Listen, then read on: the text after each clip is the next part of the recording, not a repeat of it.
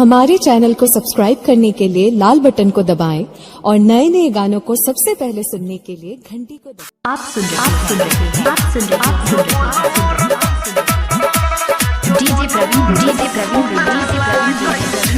DJ प्रवीण फुलवरिया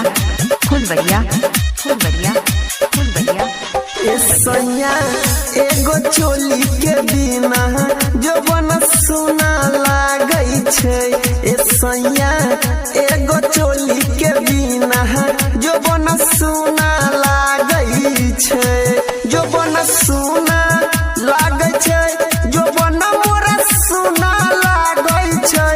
त बिना राय बढ़ल जाय छै दुगुना, जो बन मोरा सुना लागै छै।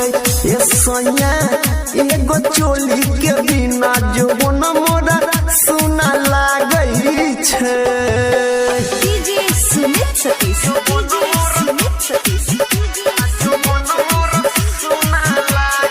आप सुन रहे हैं प्रवीण राज म्यूजिक स्टूडियो फुलवरिया 53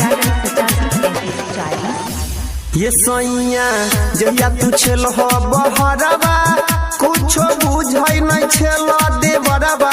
सैया बुझै नहीं छेल देवरवा कि जहिया छेल हो तू त बहरवा कुछो बुझै नहीं छेल देवरवा। सैया बुझै नहीं छेल देवरवा त ले अइह नया नमूना जो बन मोरा सुना लागै छै। सैया एगो चोली के बिना जो बन मोरा सुना लागै छै। डीजे सुमित सतीश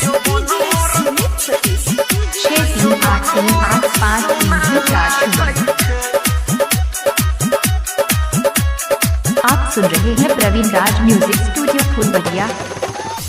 बुझै नहीं छह हमर दुख दर्द, तू छह सुना कथी के मरद। राजा जी छह कथी के तू मरद। बुझै नहीं छह हमर दुख दर्द, तू छह सुना कथी के मरद। राजा जी छह कथी के तू मरद। अनिल सोनू बुझै झुना झुना जो बन मोरा सुना लागै छै। राजा जी एगो चोली के बिना जो बन मोरा सुना लागै छै। सैया एगो चोली के बिना जो बन सुना लागै छै।